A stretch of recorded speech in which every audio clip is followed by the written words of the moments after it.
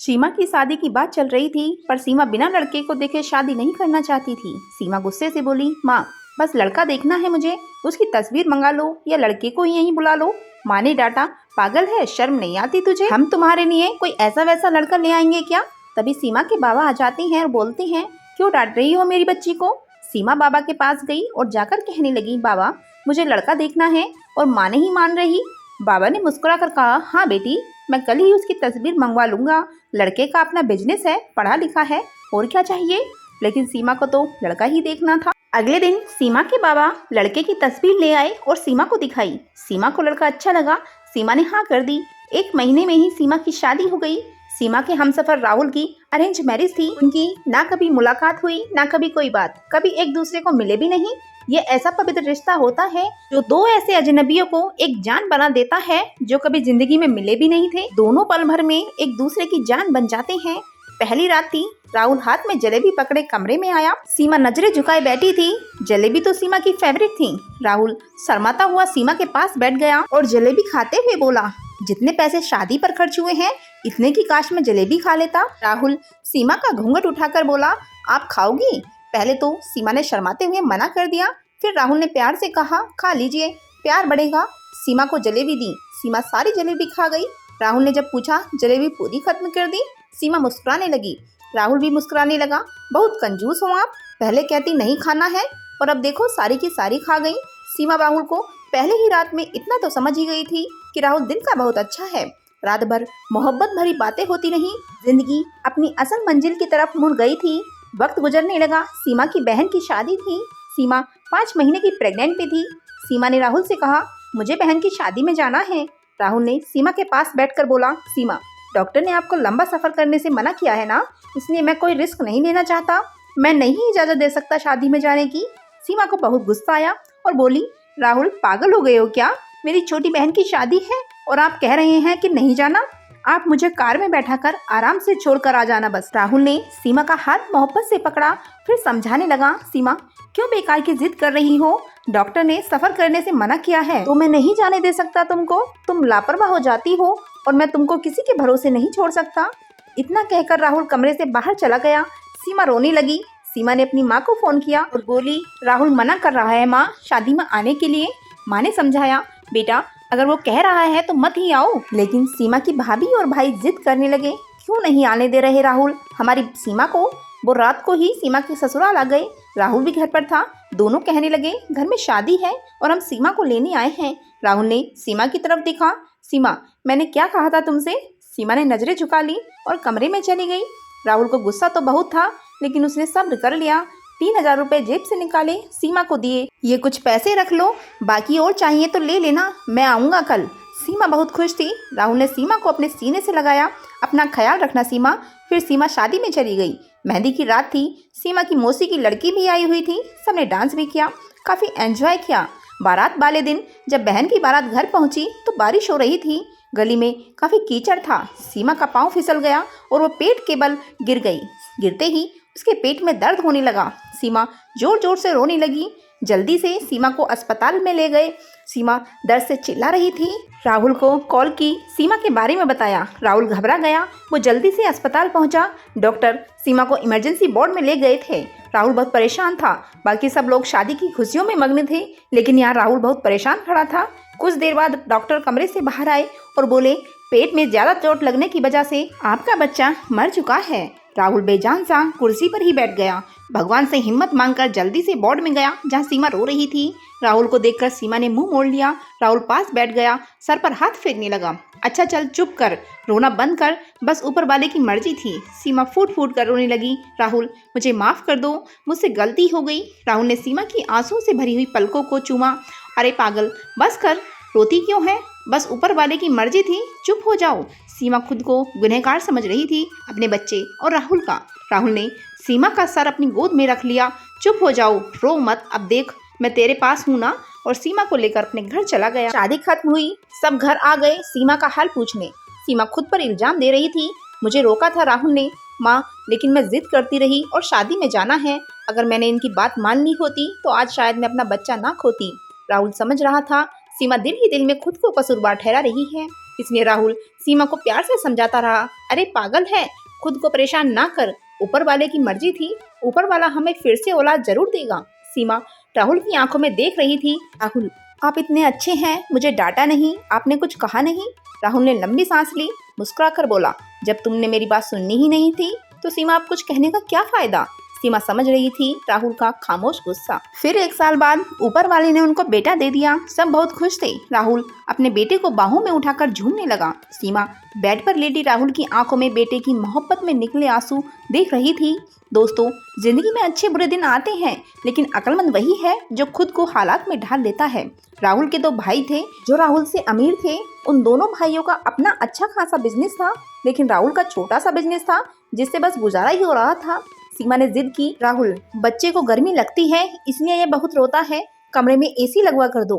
राहुल ने सिर पर हाथ रखा, अरे सीमा, पागल हो गई हो क्या, मेरे पास नहीं है इतने पैसे एसी के लिए। सीमा ने जिद की, मुझे एसी ही चाहिए बस। कमरे में राहुल अपने बेटे को सीने पर लेटाकर उसके साथ खेल रहा था। सीमा बस एसी लगवाने की ही जिद किए बैठी थी। राहुल ने सीमा का हाथ पकड़ा, अपने करीब किया। सीमा, पता नहीं क्यों इतनी जिद्दी हो तुम, लगवा दूंगा एसी, ये लो, सो गया मेरा राजकुमार, इसको लिटा दो। 3 साल बाद ऊपर वाले ने एक बेटी भी दी। वे दोनों बहुत खुश थे। हर अच्छी बुरी ख्वाहिश पूरी करता था राहुल, लेकिन फिर भी छोटी मोटी बातों पर उनमें झगड़ा रहता ही था। बेटा 5 साल का हो गया था, बेटी छोटी थी। राहुल का होटल का काम अच्छा नहीं चल रहा था। राहुल कुछ परेशान था। घर आया, देखा बेटे ने लैपटॉप तोड़ दिया था। रिया फोन पर लगी हुई थी। राहुल ने देखा लैपटॉप टूटा हुआ पड़ा है। राहुल चिल्लाकर बोला, सीमा, ये क्या है। सीमा ने देखा, ये आपके लाडले ने तोड़ा है। राहुल गुस्से में पहले ही था। सीमा को गाली देकर बोला, तुम्हारा दिमाग काम नहीं करता, इसमें मेरा सारा डेटा था, तुम पागल हो क्या, जाओ खाना लेकर आओ, उठो यहाँ से। सीमा गुस्से में बोली, राहुल, मैं नौकरानी नहीं हूँ, सारा दिन बच्चों को संभालूं और फिर तुम मुझे गाली दो। सारा दिन इतना काम करो और कदर इतनी है कि गाली दे रहे हो। सीमा खाना लेकर आई, आलू बने हुए थे। राहुल ने आलू देखे, चिल्लाकर बोला, तुम्हारा दिमाग खराब है, तुमको कितनी बार समझाया है, मैं आलू नहीं खाता। राहुल ने खाना उठाकर फेंक दिया, उठकर बाहर चला गया।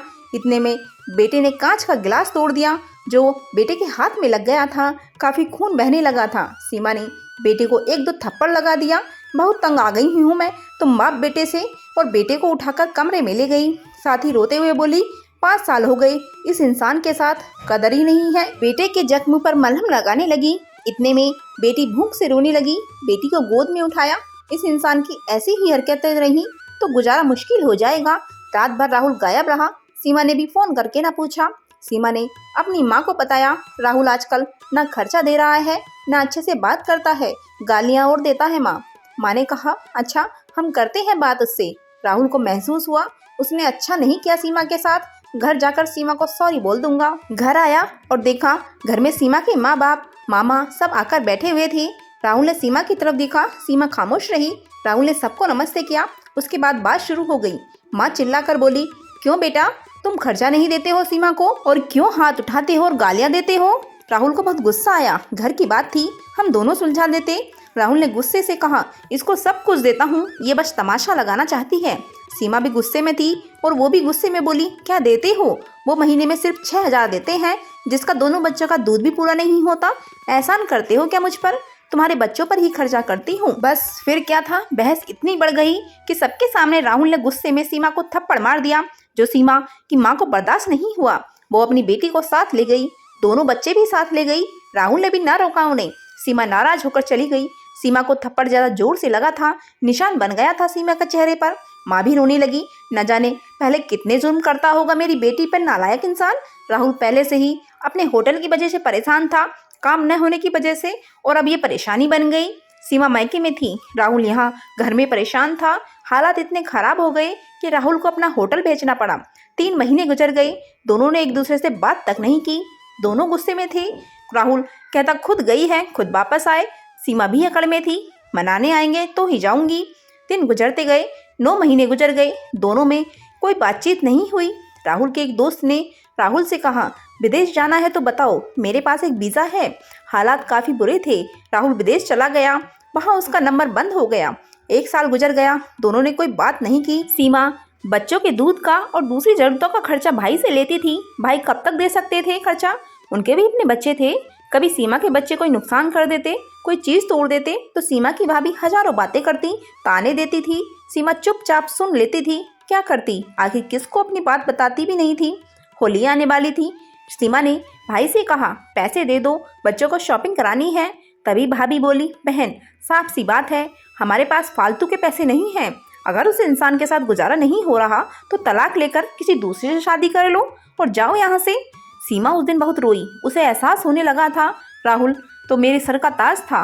राहुल विदेश में बच्चों को याद कर बहुत रोता था और बोलता था, सीमा पागल, बात कुछ नहीं थी और तूने यह क्या कर दिया। उधर सीमा के भाई ने सीमा के लिए एक आदमी देखा जिसकी पत्नी मर चुकी थी और उसके 4 बच्चे थे। उसके भाई ने सीमा से कहा, तुम राहुल से तलाक ले लो और इस आदमी से शादी करके घर बसा लो। सीमा की आंखें आंसुओं से भीग गईं। उसने जल्दी से मोबाइल निकाला, राहुल को फोन लगाया, पर नंबर तो बंद आ रहा था। सीमा रोने लगी, मुझे राहुल के पास ही जाना है, मुझे किसी से कोई शादी नहीं करनी। उधर राहुल का दिल भी अपने बच्चों और सीमा के लिए तड़प रहा था। उसने सोचा, मेरी सीमा तो मासूम है, थोड़े से गुस्से पर नाराज हो जाती है, मैं खुद ही माफी मांग लूंगा अपनी सीमा से। वो टिकट करवाकर हिंदुस्तान वापस आ गया। सीमा रो रो कर भगवान से अपने पाप और अपनी गलती की माफी मांग रही थी और बोल रही थी, ऊपर वाले मुझे माफ कर दे, मुझे मेरा राहुल वापस कर दे। रात भर रोती रही। सुबह बेटी को दूध पिला रही थी कि दरवाजे पर घंटी बजी। भाभी ने दरवाजा खोला, सामने देखा राहुल खड़ा था। सीमा की नजर राहुल पर पड़ी तो उसके हाथों से दूध का कप छूट गया और बिना एक सेकंड गवाए नंगे पांव दौड़ते हुए राहुल के सीने से जा लगी और जोर जोर से रोने लगी, राहुल मैं आपसे बहुत प्यार करती हूँ। और राहुल के पाँव पर गिरकर माफी मांगने लगी। राहुल ने सीमा का माथा चूमा, आंसू साफ किए, तुम भी माफ कर दो मेरी जान, मैंने गुस्से में ज्यादा बोल दिया था। राहुल ने अपने बच्चों को सीने से लगाया। तभी सीमा अपने भाई और भाभी की आंखों में आंखें डालकर गर्व से बोली, मेरा परमेश्वर, मेरा हमसफर है मेरे पास, मुझे इतने दिन अपने घर में रखने के लिए आप लोगों का बहुत धन्यवाद। और वो राहुल के साथ घर वापस आ गई। दोनों सब बातें भूलकर खुशी से जीने लगे। लेकिन वो इस समाज को इतना बता गए कि जज्बात में जुदा हो जाना बहुत आसान है, लेकिन जुदा होकर जी पाना बहुत मुश्किल है। जो एक हमसफर महसूस कर सकता है वो कोई और नहीं समझ सकता। गलत फैसला लेकर जिंदगी बर्बाद ना करें, ये सब वक्त के साथ बदल जाता है। हाँ, अगर नहीं बदलता तो हमारा हमसफर, अगर कोई नाराज है या घमंड में है तो जाओ मना लो, राजी कर लो एक दूसरे को, इससे पहले कि फिर देर हो जाए। दोस्तों, अगर मेरी ये कहानी किसी एक के भी दिल में घर कर गई हो तो मेरा मकसद पूरा हो जाएगा। आजकल छोटी छोटी बातों पर घर उजड़ रहे हैं, अगर थोड़ी बर्दाश्त कर लें तो ऐसा घर ना उजड़े। Thanks for watching, please subscribe and like.